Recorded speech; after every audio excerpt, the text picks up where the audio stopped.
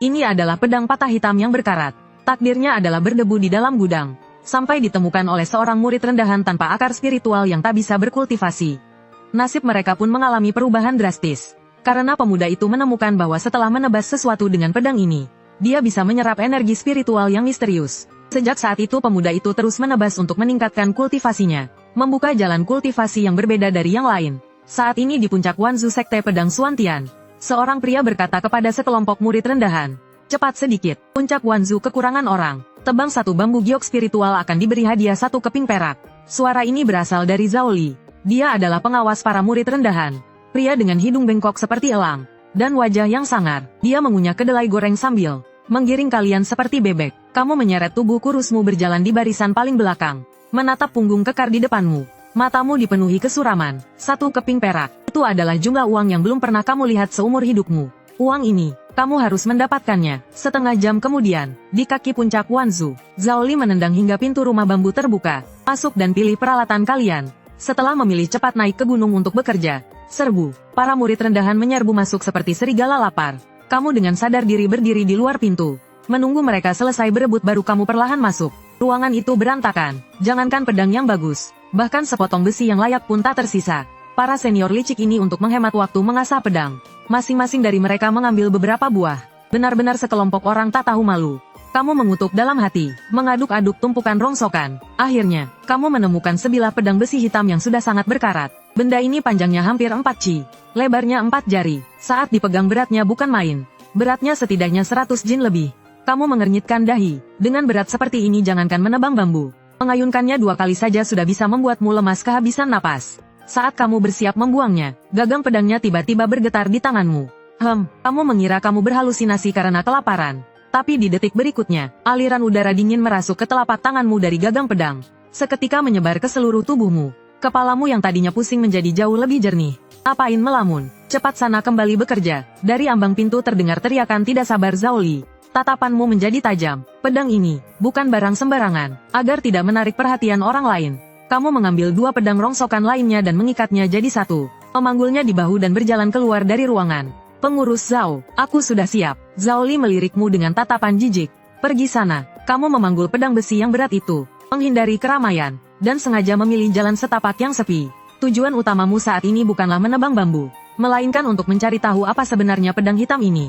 Setengah sichen kemudian, kamu menyelinap ke sebuah lembah kecil yang sepi. Setelah memastikan keadaan sekitar aman, kamu membuang kedua pedang rongsokan itu, lalu menggenggam pedang hitam itu dengan kedua tangan. Weng, pedang hitam itu kembali bergetar. Aliran udara dingin mengalir masuk ke tubuhmu.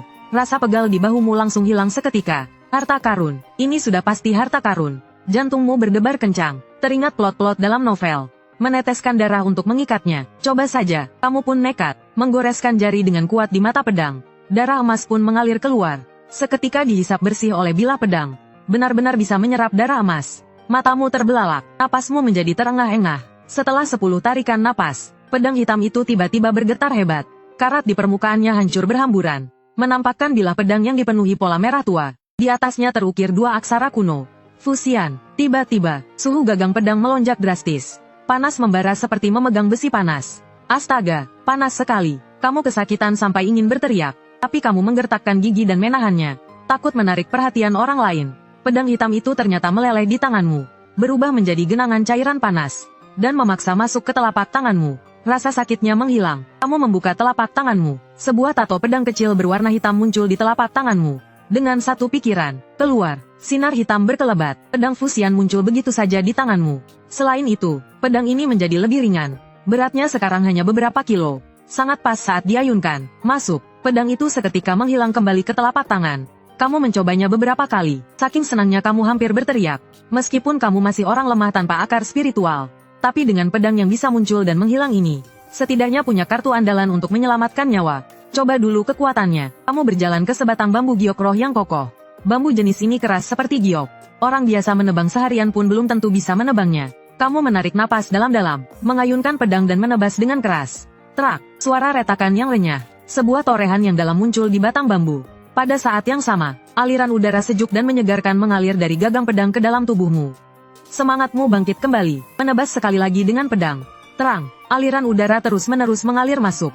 Semakin kamu menebang, semakin bersemangat. Semakin kamu menebang, semakin bertenaga. Tiba-tiba sebuah pikiran muncul di benakmu. Bagaimana kalau menebang benda lain? Kamu berbalik dan menebas dengan keras ke sebuah batu besar setinggi orang di sampingmu. Dentang, percikan api beterbangan. Getaran balasan yang besar membuat pangkal ibumu mati rasa. Tapi setelah itu, aliran panas yang mendidih masuk ke dalam tubuhmu. Membakar seluruh tubuhmu hingga terasa panas. Menebang bambu menghasilkan hawa dingin. Menebang batu menghasilkan hawa panas. Bagaimana kalau menebas tanah? Kamu menebas tanah dengan pedangmu. Yang mengalir masuk adalah aliran udara yang lemah dan lembut. Kamu mengerti, pedang fusian ini bisa melalui menebas. Gerakan ini menyerap energi dari benda dan memberikannya kembali kepadamu. Meskipun tidak punya akar roh, tapi kamu bisa menjadi kuat dengan mengandalkan ini. Sebuah pikiran gila melintas di benakmu. Bagaimana jika digunakan untuk melawan orang? Melawan monster iblis. Kamu menekan pikiran berbahaya ini. Sekarang kamu masih seorang pemula. Bertahan dan berkembang adalah jalan terbaik. Tebang bambu dulu untuk cari uang. Sekalian memperkuat tubuh. 1 jam kemudian, terdengar suara dentuman keras. Bambu giok spiritual raksasa pertama tumbang di hadapanmu. Rasa penaklukan yang belum pernah terjadi sebelumnya muncul begitu saja. Kamu mengeluarkan lencana identitasmu. Baru saja akan mengaktifkannya untuk memanggil Zhao Li. Tapi gerakanmu terhenti. Tidak boleh. Terlalu cepat. Biasanya kamu terlihat begitu payah. Menyelesaikannya secepat ini pasti akan menimbulkan kecurigaan. Di tempat yang kejam ini, memamerkan kemampuan sama saja dengan cari masalah. Kamu berbalik dan berlatih pedang dengan gila-gilaan pada sebuah batu besar. Baru setelah 4 jam kemudian, kamu mengaktifkan lencana itu. Tak lama kemudian, Zhao Li datang membawa seseorang. Orang itu Wang Meng, seorang pesuruh senior dengan akar spiritual campuran 4 elemen. Biasanya mengandalkan kemampuannya untuk berkultivasi. Dia sering menindasmu. Wang Meng berjalan mendekat, bahkan tidak melirik bambu itu. Langsung menendang dadamu. Kamu ditendang hingga jatuh ke tanah. Dada terasa sangat sakit, hampir saja pingsan. Wang Meng dengan angkuhnya meletakkan lencananya sendiri di atas bambu yang kamu tebang. Berbalik dan tersenyum menjilat pada Zhao Li. Pengurus Zhao, silakan. Matamu membelalak karena marah. Kamu berjuang untuk bangkit. Wang Meng, bambu ini aku yang menebangnya. Apa kamu tidak punya malu? Wang Meng meludah di wajahmu, menatapmu dengan ganas. Aku memang tidak tahu malu. Memangnya kamu bisa apa? Berani bicara omong kosong lagi.